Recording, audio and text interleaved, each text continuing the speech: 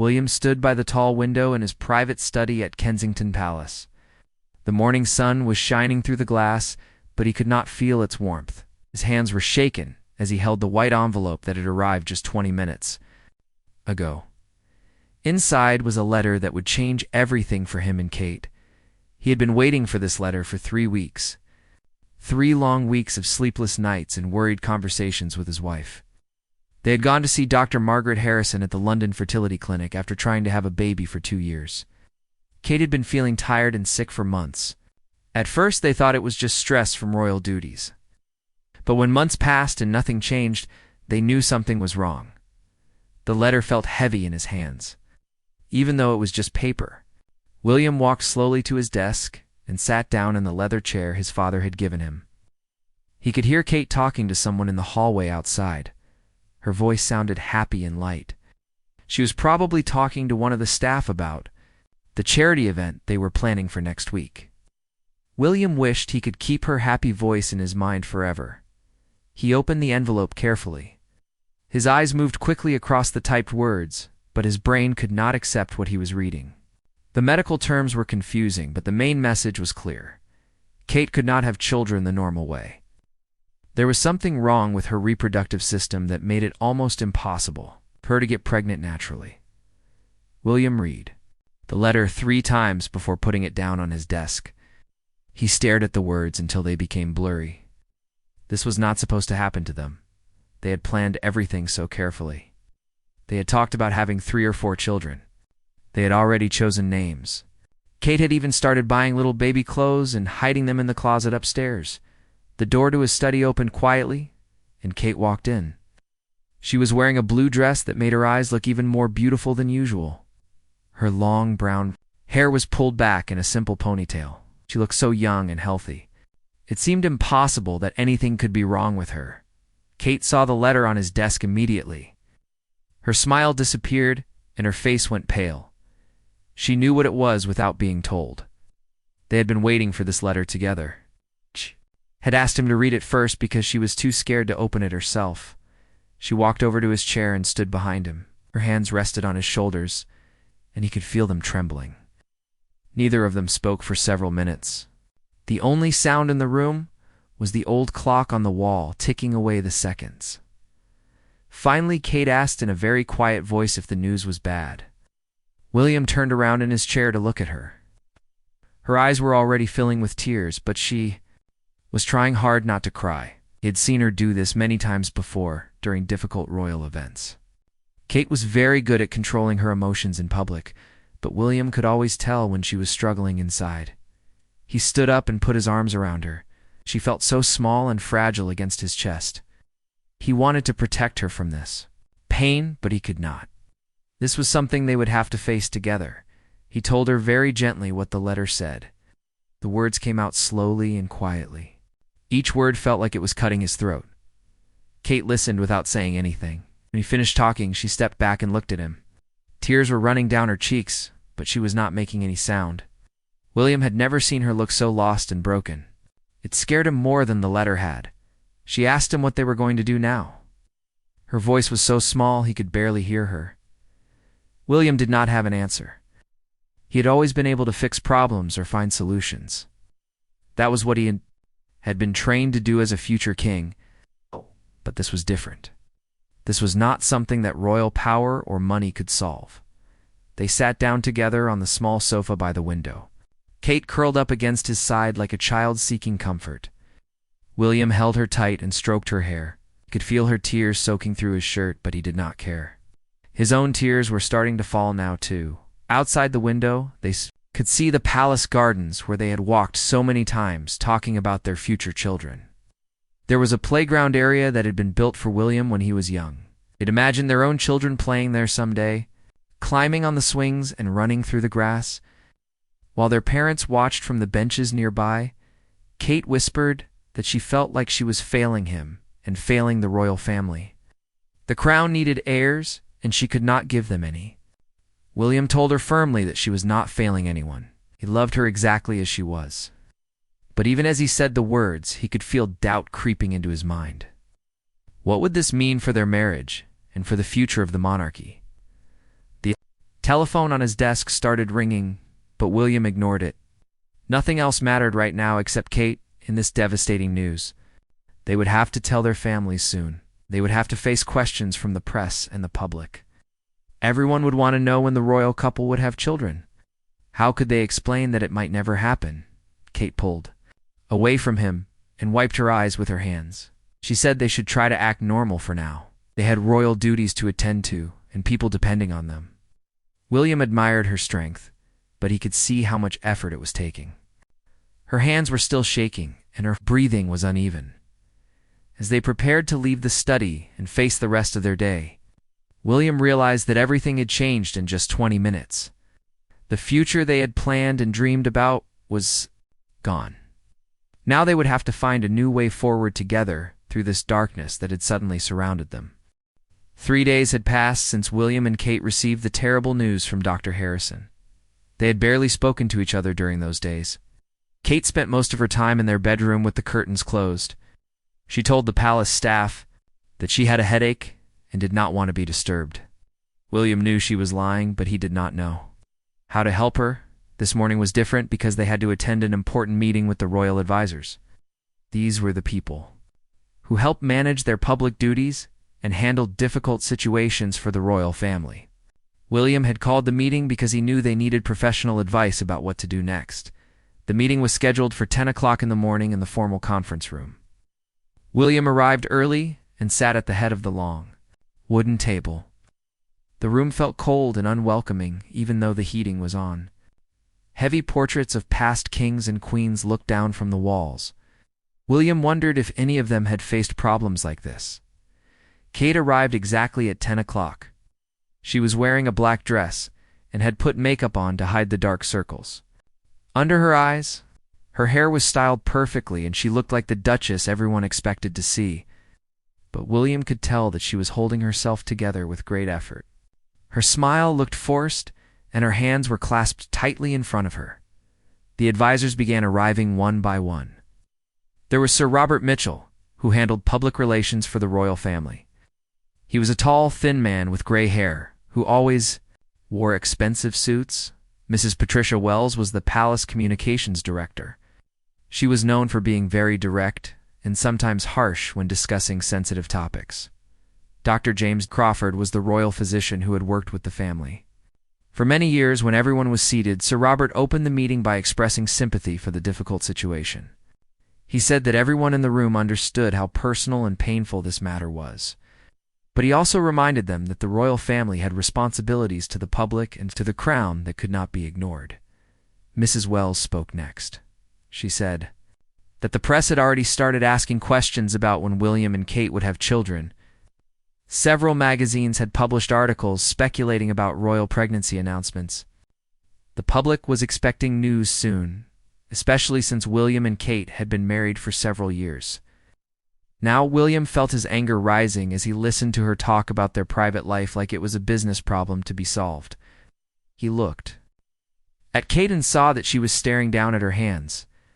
Her face had gone very pale, and he could see that she was trying not to cry. Dr. Crawford explained the medical situation in more detail. He said that while natural pregnancy was very unlikely, for Kate there were other options available. There were medical procedures that could help, but they were expensive and not always successful. There was also the possibility of adoption, but that would require careful planning in public preparation. Sir Robert nodded and said that adoption could actually be beneficial for the royal family's image. It would show that they cared about children who needed homes. He suggested that they could adopt a baby from overseas and present it as a humanitarian gesture.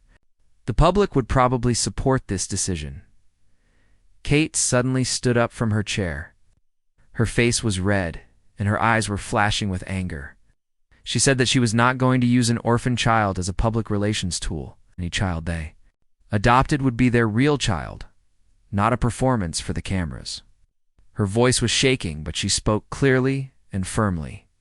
William was proud of Kate for standing up to the advisors. But he could see that she was barely holding herself together. He stood up too and put his hand on her shoulder. He told the advisors that they needed to focus on finding real solutions, not just managing public opinion. Mrs. Wells said that they had to be realistic about the situation. The royal family existed to serve the public, and that meant their personal lives were always subject to public interest.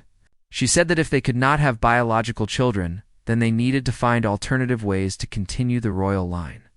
William felt his temper explode. He said that Kate was not a breeding horse, and that their marriage was not just about producing heirs for the crown. He said that they were real people with real feelings, and they deserved time to process this devastating news without being pressured to make public announcements. The room went silent after William's outburst. Everyone stared at him in shock. Royal family members rarely showed such strong emotions in formal meetings. Sir Robert cleared his throat and said that perhaps they should take a break and reconvene later. When everyone had calmed down, Kate was crying now despite her efforts to stay composed. She said that she felt like she was failing everyone. She had always known that her main duty as William's wife was to provide children for the royal succession. She could not do the one thing that was expected of her. Dr. Crawford spoke gently to Kate. He said that fertility problems were very common and that she should not blame herself. Modern medicine offered many possibilities that had not existed in the past. He suggested that they take time to explore all their options before making any decisions. William helped Kate back to her chair. He could feel her whole body trembling, and he knew that this meeting was too much for her to handle right now. He told the advisors that they would need to postpone any further discussions until Kate was feeling stronger. Sir Robert said that they could not postpone dealing with this indefinitely. The press would continue asking questions, and the public would expect answers. He said that silence would only make people more curious and lead to more speculation. William looked around the room at all the faces staring at him and Kate. These people were supposed to help them, but instead they were making everything worse. He realized that he and Kate would have to find their own way through this crisis. The royal machine would keep demanding answers and solutions, but they needed time to grieve and heal. As the meeting ended, William and Kate walked out of the conference room together. Kate leaned heavily on his arm, and he could feel her exhaustion. They had faced many challenges as a royal couple, but nothing had prepared them for this. Personal devastation, combined with public pressure. Walking down the long hallway toward their private quarters, William realized that their real fight was just beginning. They would have to battle not only their own grief and disappointment, but also the expectations of an entire nation that was waiting for royal babies, who might never come. 2 weeks had passed since the difficult meeting with the royal advisors. William and Kate tried to continue with their normal routine, but everything felt different now. They attended public events and smiled for the cameras, but when they returned home to Kensington Palace, the silence between them was heavy and uncomfortable. Kate had started avoiding certain parts of the palace. She no longer walked past the nursery they had prepared on the second floor. The room was painted in soft yellow, because they had wanted to keep the baby's gender a surprise. There was a white wooden crib that Kate had chosen herself, and a rocking chair where she had imagined reading bedtime stories to their child. One afternoon, Kate was walking through the palace when she found herself standing outside the nursery door without meaning to. Her hand reached for the door handle before she realized what she was doing. She pushed the door open slowly and stepped inside. The room looked exactly the same as it had 2 months ago when they had finished decorating it. Now sunlight was streaming through the windows and falling across the empty crib. Kate walked over to the crib and put her hands on the wooden rails. She had done this so many times before, imagining a tiny baby sleeping peacefully inside. Now, the crib looked like a cruel reminder of everything they would never have. Kate felt tears starting to fall down her cheeks. She tried to stop crying, but the sadness was too strong. She sat down in the rocking chair and let herself cry properly for the first time. Since receiving the medical news, William was in his office. When one of the staff members told him that Kate was crying in the nursery, he immediately left his work and ran upstairs to find her. When he opened the nursery door, he saw Kate sitting in the rocking chair with her face in her hands. Her shoulders were shaking, and he could hear her quiet sobs. He walked over to her carefully and knelt down beside the chair. He did not say anything at first. He just put his hand on her knee and waited for her to look up at him. When she finally raised her head, her eyes were red and swollen from crying. Kate told William that she could not stop thinking about all the things they would miss. She would never feel a baby moving inside her body. She would never experience the joy of giving birth to their child. They would never see a little person who had William's eyes or her smile. All of these dreams felt so real to her, and now they were gone forever. William helped Kate stand up from the rocking chair. He held her close and let her cry against his chest. He was crying too, but he tried to be strong for her. He told her that he understood her pain because he felt it too. Every day he thought about the children they would never have. They decided to leave the nursery and go for a walk in the palace gardens. The fresh air and sunshine might help them both feel a little better. As they walked along the gravel paths, they saw other families visiting the palace grounds. There were parents pushing strollers and children, running around playing games. Watching these happy families was both beautiful and painful for William and Kate. They were glad to see people enjoying time with their children, but it also reminded them of what they were missing. A little girl with curly blonde hair ran past them, chasing a butterfly. Kate watched her with a sad smile on her face. That evening, they had dinner alone in their private dining room. Usually, they talked about their day and made plans for upcoming events. But tonight they ate in silence. The only sounds were their forks against their plates and the clock ticking on the wall. William finally spoke up and said that maybe they should consider some of the options that Dr. Crawford had mentioned. There were medical treatments that might help Kate get pregnant. Success rates were not very high, but there was still some hope. He said that they should not give up without trying everything possible. Kate put down her fork and looked at him. She said that she was scared of getting her hopes up again, only to be disappointed. The medical treatments would be difficult and painful. There would be shots and procedures and constant doctor appointments. She was not sure if she was strong enough to handle all of that stress. William reached across the table and took her hand.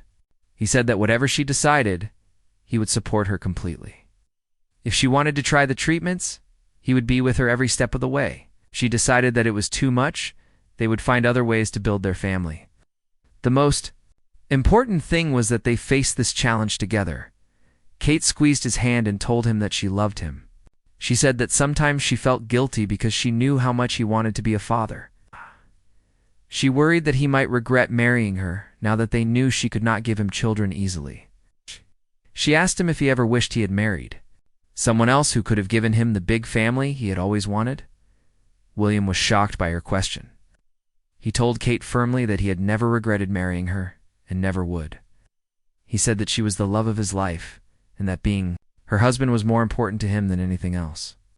Children would be wonderful if they could have them, but his happiness did not depend on becoming a father. They talked for several more hours that night. They discussed their fears and their hopes. They talked about adoption and medical treatments and the possibility of remaining childless. It was the most honest conversation they had had since receiving the devastating news from Dr. Harrison. By the time they went to bed, that night they both felt a little bit better. They still had no clear answers about their future, but at least they were talking to each other again. Kate fell asleep in William's arms, feeling grateful that she had married a man who loved her unconditionally. The next morning brought new challenges. The palace staff informed them that several journalists had been asking questions about royal pregnancy announcements. Some magazines were planning to publish articles speculating about why William and Kate had not had children yet. The pressure from the outside world was not going away, even though they were still struggling to cope with their private grief. William realized that they would need to make some difficult decisions soon about how much of their situation to share with the public. But for now, he was just grateful that he and Kate were supporting each other through the darkest period of their marriage. The autumn rain was hitting the windows of Kensington Palace as Kate sat at her writing desk in the sitting room. She had been trying to write thank you letters to people who had sent them good wishes and support.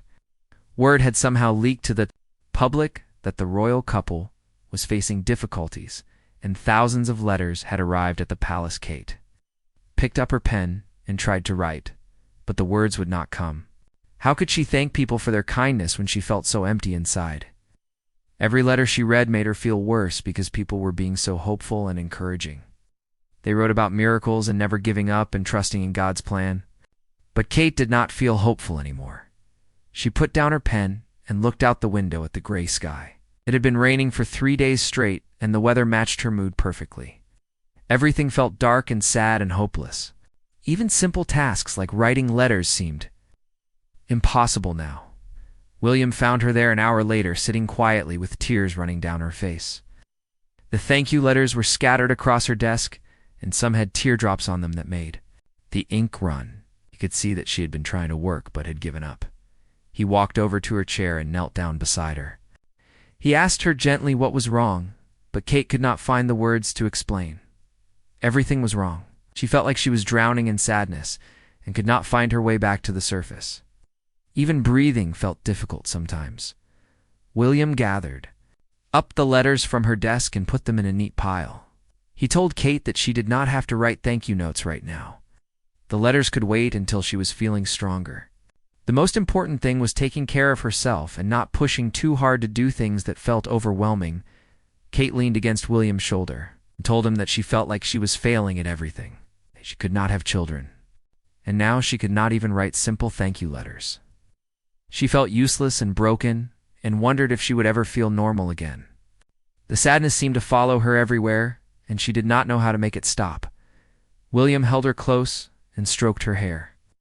He told her that grief was not something that could be rushed or forced to go away.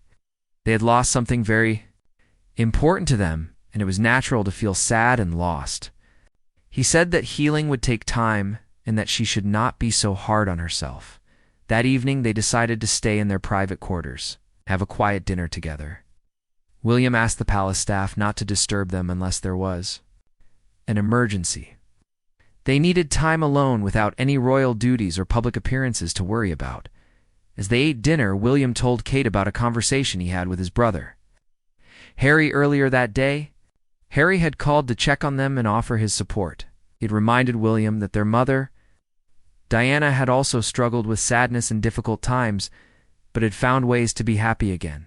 Kate asked William if he thought Diana would have understood what they were going through. William said that his mother had always been very caring toward people who were suffering.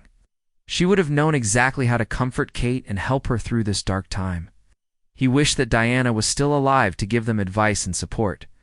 After dinner, they went to their bedroom early. Kate was exhausted from crying and felt like she had no energy left. William helped her get ready for bed and brought her a cup of warm tea. As she sat in bed drinking her tea, Kate told William about a dream she had been having. In the dream, she was holding a baby in her arms, and the baby was smiling at her.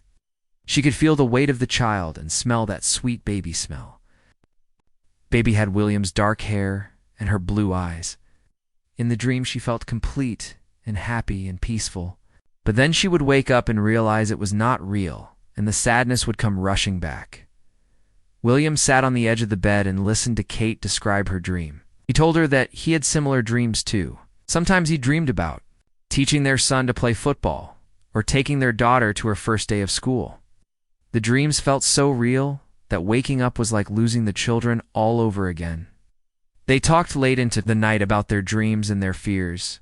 Kate admitted that she was scared their marriage might not survive this crisis. She had read that many couples who could not have children eventually grew apart and divorced. She was terrified that William might leave her for someone who could give him the family he wanted. William was shocked that Kate could even think such a thing.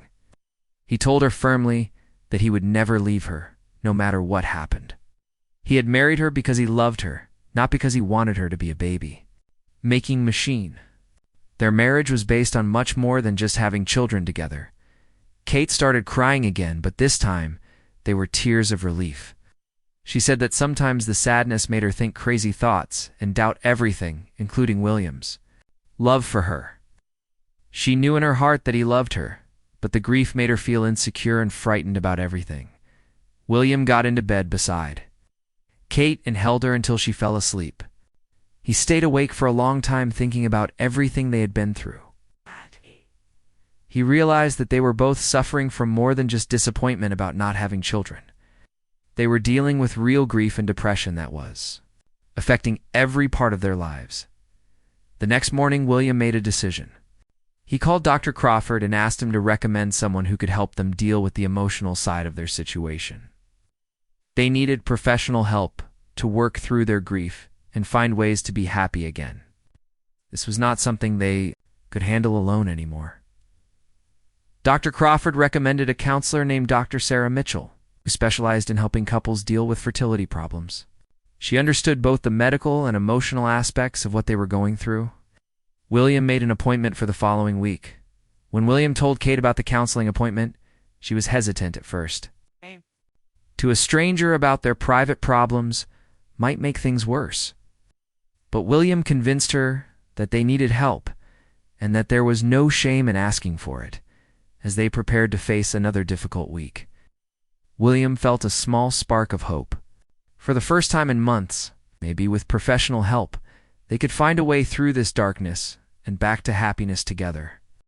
The telephone rang early on a Tuesday morning while William and Kate were having breakfast in their private dining room. William almost ignored it because they had agreed not to take any calls during their morning time together. But something made him pick up the phone and answer it. The voice on the other end was Dr. Harrison from the fertility clinic. She sounded excited but also professional as she asked if they could come in for an appointment that afternoon. She said there had been some new developments in Kate's case that she wanted to discuss with them in person. William felt his heart start beating faster. He looked at Kate, who was watching him carefully, trying to read his expression. He told Dr. Harrison that they would be there at 2 o'clock and then hung up the phone. Kate immediately asked what the doctor had said, but William was not sure how to explain. He told Kate that Dr. Harrison wanted to see them about new developments, but she had not given any details over the phone. Kate's face went pale and she put down her coffee cup with shaking hands. She said she was not sure if she could handle more bad news right now. The counseling sessions with Dr. Mitchell had been helping, but she still felt very fragile. William reached across the table and took Kate's hand. He said that maybe this time the news would be good. They had to stay hopeful and remember that medical science was always advancing. New treatments and procedures were being developed all the time. Perhaps Dr. Harrison had found something that could help them. Kate nodded, but William could see the fear in her eyes. Over the past few months, they had both learned to expect disappointment rather than hope. It was easier to prepare for bad news than to get excited about possibilities that might not work out. They spent the rest of the morning trying to stay busy and not think about the appointment. Kate worked in her garden while William answered emails in his office, but both of them found it hard to concentrate on anything else. The hours seemed to move very slowly until it was finally time to leave for the clinic. The drive to the fertility clinic was quiet. William held Kate's hand while his driver navigated through the London traffic. Kate stared out the window at the people walking on the sidewalks. She wondered if any of them were dealing with problems like hers, or if everyone else had normal, happy lives with healthy children. When they arrived at the clinic, Dr. Harrison was waiting for them in her office. She was a woman in her 50s, with kind eyes and graying hair. She had been very gentle with them during their previous visits, even when delivering difficult news. Today she seemed different somehow. There was something in her expression that William had not seen before. Dr. Harrison asked them to sit down and then opened a thick file on her desk. She said that she had been reviewing Kate's case with several specialists and had discovered something interesting. Recent advances in fertility treatment had opened up new possibilities that had not existed when Kate was first diagnosed. She explained that Kate's specific condition was rare but not impossible to treat. There was a new procedure that combined hormone therapy with a surgical technique that had shown promising results in similar cases. The success rate was not guaranteed, but it was much higher than anything they had been able to offer before. Kate listened to Dr. Harrison's explanation, but she was afraid to feel hopeful. She had been disappointed so many times already. She asked the doctor what the risks were and how long the treatment would take. She wanted to know everything before making any decisions. Dr. Harrison said that the treatment would require several months of preparation. Kate would need to take hormone medications that might make her feel sick and emotional. There would be regular doctor visits and medical procedures. The whole process would be physically and emotionally demanding. But she also said that Kate was a good candidate for this treatment. Her overall health was excellent, and she was still young enough for the procedures to be most effective. Dr. Harrison said that if Kate was willing to try, they could start the treatment program within the next few weeks. William asked about the success rates, and Dr. Harrison was honest with them. She said that about 60% of women with Kate's condition were able to get pregnant using this new treatment. It was not a guarantee, but it was much better odds than they had been given before. Kate was quiet for a long time after Dr. Harrison finished explaining the treatment. William could see that she was thinking very carefully about what they had just learned. Finally, she asked if she could have some time to discuss it with William before making away. Dacison, Dr. Harrison said that was perfectly reasonable. She gave them some pamphlets with more detailed information about the treatment and told them to call her when they were ready to proceed. She said there was no rush, but also mentioned that starting sooner rather than later would give them the best chance of success. On the drive back to Kensington Palace, Kate was very quiet. William tried to start a conversation several times, but she seemed lost in her own thoughts. He could understand why she was being cautious. They had both been hurt so badly by the original diagnosis that it was hard to believe in good news anymore. When they got home, they went to their sitting room and sat together on the sofa. Kate finally spoke and said that she was scared to hope again. The treatment sounded promising, but what if it did not work? She was not sure if she could survive another disappointment, especially after getting her hopes up so high. William understood her fear, but he also felt more optimistic than he had in months. This was the first time since the original diagnosis that any doctor had offered them real hope. He told Kate that he thought they should try the treatment, but that whatever she decided, he would support her completely. Kate asked William what he honestly thought their chances were. He said that even 60% odds were much better than the 0% they had been living with. He said that they were both still young and healthy, and that this might be their best opportunity to have the family they had always wanted. They talked for hours about the treatment and what it would mean for their lives. Kate worried about the physical and emotional stress. William worried about the public attention if word got out about what they were doing. But underneath all their concerns, they both felt something they had not felt in a long time. They felt hope. That evening, Kate made her decision. She told William that she wanted to try the treatment. She said that she would rather fail trying than spend the rest of her life wondering what might have been.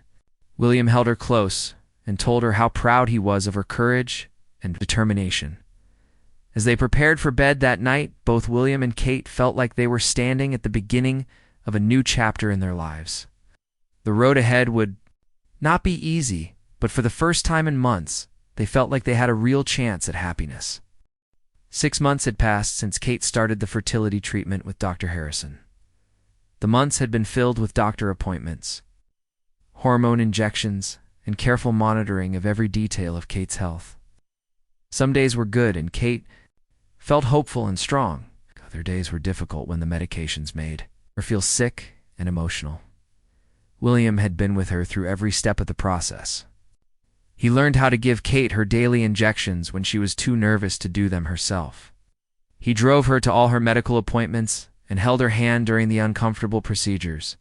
He celebrated the small victories with her and comforted her during the setbacks. Today was different from all the other days. Kate was 3 weeks late for her monthly cycle, and Dr. Harrison had asked her to come in for a blood test. They had been through this situation twice before during the treatment, and both times the results had been negative.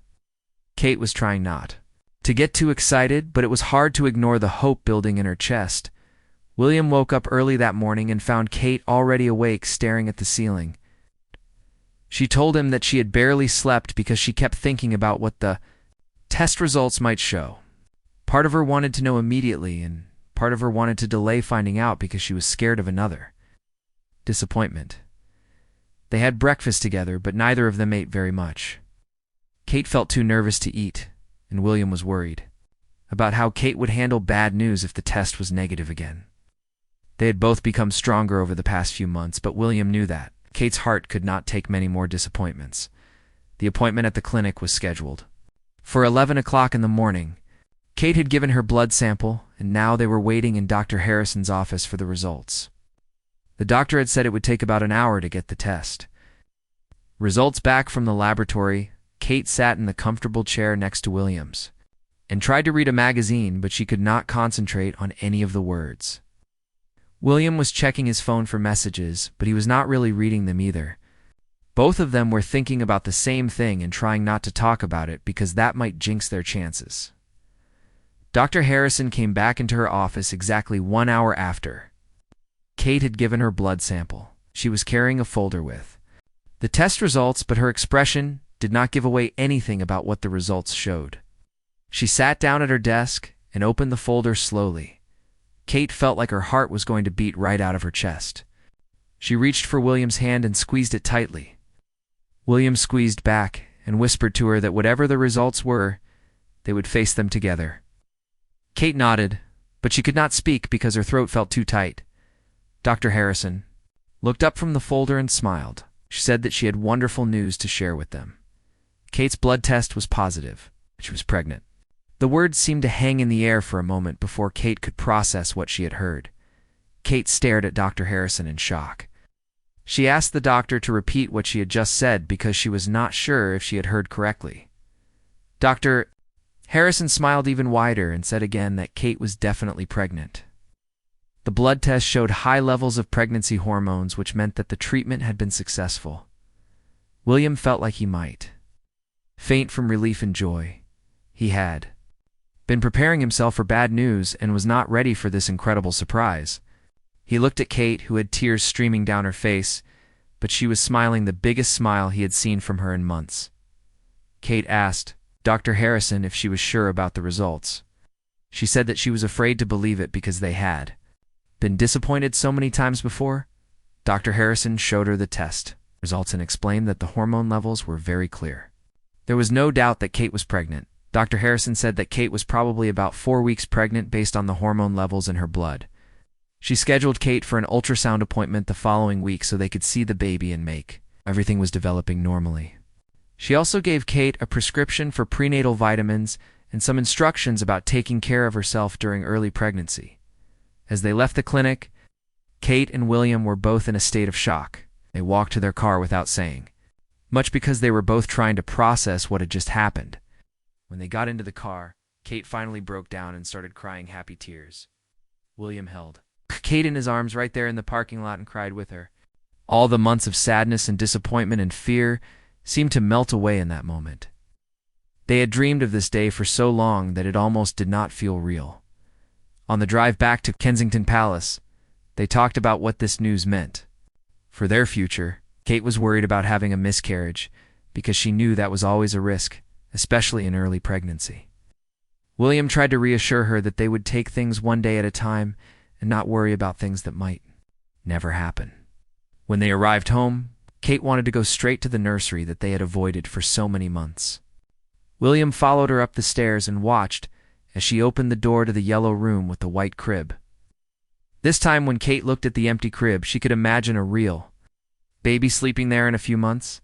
Kate sat down in the rocking chair and put her hands on her still flat stomach. She could not feel anything different yet, but she knew that their baby was growing inside her. William knelt down beside the chair and put his hand over hers. They stayed like that for a long time, just enjoying the moment and the miracle that was happening. That evening they called their families to share the wonderful news. William's father, Charles, was overjoyed and said he could not wait to be a grandfather. Kate's parents cried happy tears and said they were so proud of Kate for never giving up hope. As they went to bed that night, Kate felt peaceful and happy for the first time in almost a year. She knew that there would still be challenges ahead, and that pregnancy would bring its own worries and difficulties. But right now, she just wanted to enjoy this perfect moment when all their dreams were finally coming true. William held Kate close as she fell asleep and whispered a quiet thank you to whatever force in the universe had made this miracle possible.